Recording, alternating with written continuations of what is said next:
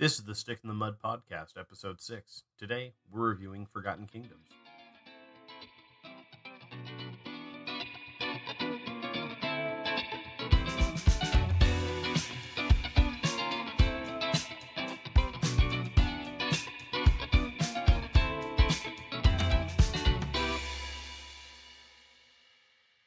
Hey everyone, welcome to the Stick in the Mud podcast. I'm your host, Tark.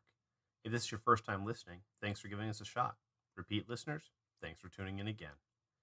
The Stick in the Mud podcast is released once a week on Wednesdays, and notes of the show can be found at www.stickinthemudpodcast.com.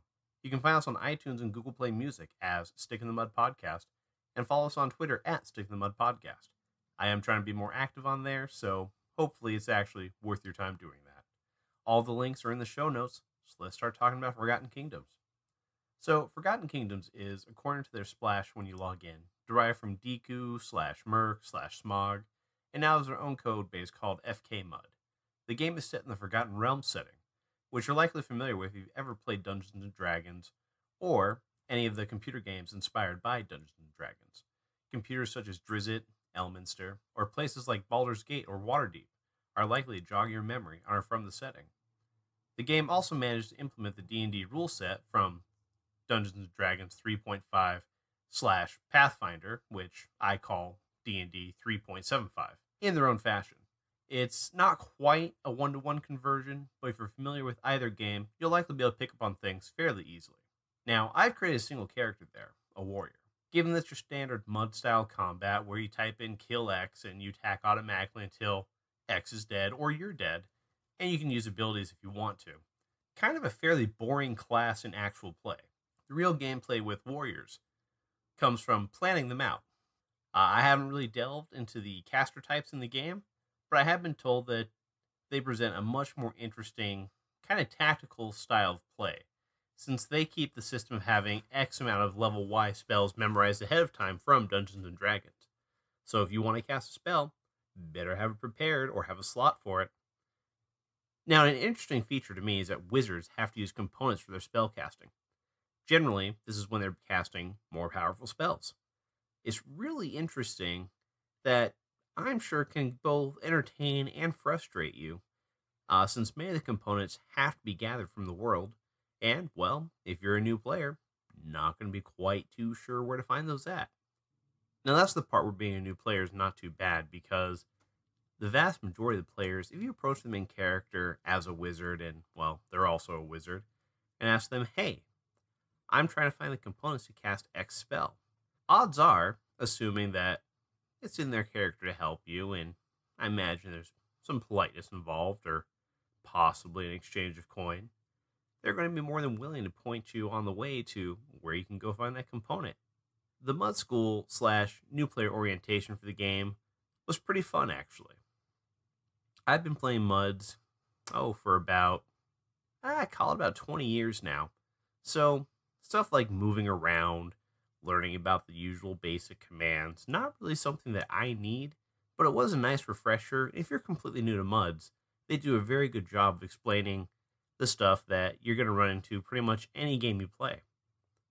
And of course, the best part of Mud School is when you get to start fighting stuff.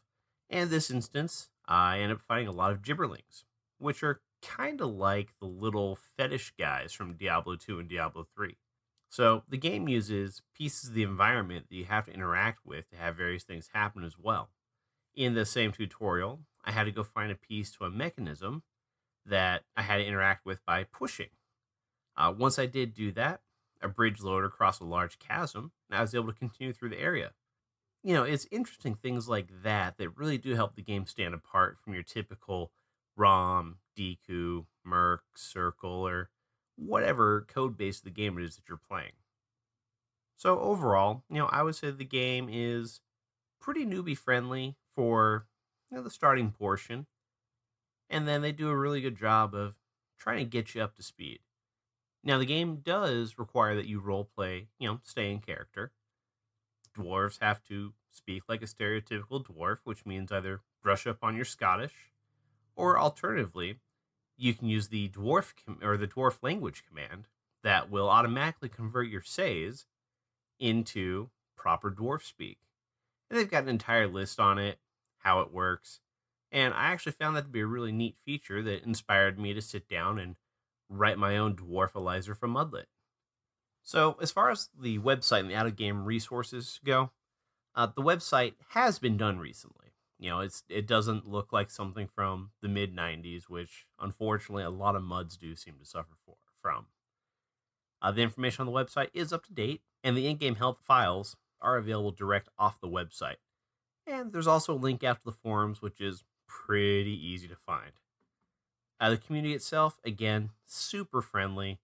You can generally find someone who knows quite a bit about the class that you're playing if you need help with that, or if you just want to say hey and chat with somebody. Other players and administrators I found to be really responsive to new players when you ask questions. And, just based on all of that, I would play Forgotten Kingdoms, and it is actually a game that I plan to try and dump some time in, well, when I have time. As far as the mechanics of the game go, combat is pretty similar to pretty much any other MUD out there. Not really all that exciting, from that point of view for me. However, there are quite a few unique mechanics that they've taken from Dungeons & Dragons and rolled into the game. They have feats, which are choices you can make for characters using points that allow you to, say, as a warrior, when you kill something, continue your swing through and hit something else. And if you get really lucky and kill lots of things in a row, yeah, that can be pretty awesome. It feels good in Dungeons & Dragons, and it feels equally good in Forgotten Kingdoms. And again, touching back on spellcasting, the whole slot system as well as the component system, I haven't seen that in a MUD that I've played yet, so kudos to them. The game is super responsive. You never feel like you're waiting for output from the game. And then, as far as the mechanics go, if you don't know the Dungeons & Dragons system, it can be very, very easy to gimp your character to the point where I wouldn't call them unplayable, but odds are you might not have that much of a fun time. As far as depth of the game goes, it's definitely there. Lots of choices to make, lots of builds to go with. It all just depends, again, on, how well you're versed in Dungeons & Dragons. So as far as roleplay goes, well, you do have to stay in character, and the game is set in one of my favorite Dungeons & Dragons settings. About the only setting I really enjoy more is Planescape, as well as Spelljammer, but both of those are pretty old school, and I don't think Wizards of the Coast plans on updating them for modern Dungeons & Dragons anytime soon. So I found the story-wise and quality of the writing, overall, the game does a fantastic job. And the RP quality, again, a subjective thing, but you do have to be in character. So I would give it probably max marks on that. Overall, I felt Forgotten Kingdoms was a great game to play. Definitely worth checking out. It is worth, giving it a good 5-10 hours at least, just to get used to the game and see if you like it. Oh, and I almost forgot one of the really other cool features. The more time you spend playing the game, you accrue points on your account. Said points can be used to unlock different starting areas, different races, and overall just a lot of neat stuff that new players to the game might not necessarily benefit from. So that's going to do it for today's episode of the Stick in the Mud podcast. I'd like to say thanks to Opie from funcity.org for hosting the podcast as well as taking care of our website. I also want to give a shout out to the Reddit/r/mud community, who are a great bunch of folks, definitely worth talking to, get involved with in discussions, talking about your favorite MUDs, or if you're just looking for a new one, a lot of them have great suggestions. And of course, there's the guys on the MUD Discord. I'll have a link to the Discord in the show notes today, who are just a great bunch of guys to talk to, even if they, well, it's MUD players. If you're a MUD player, you know what I'm talking about.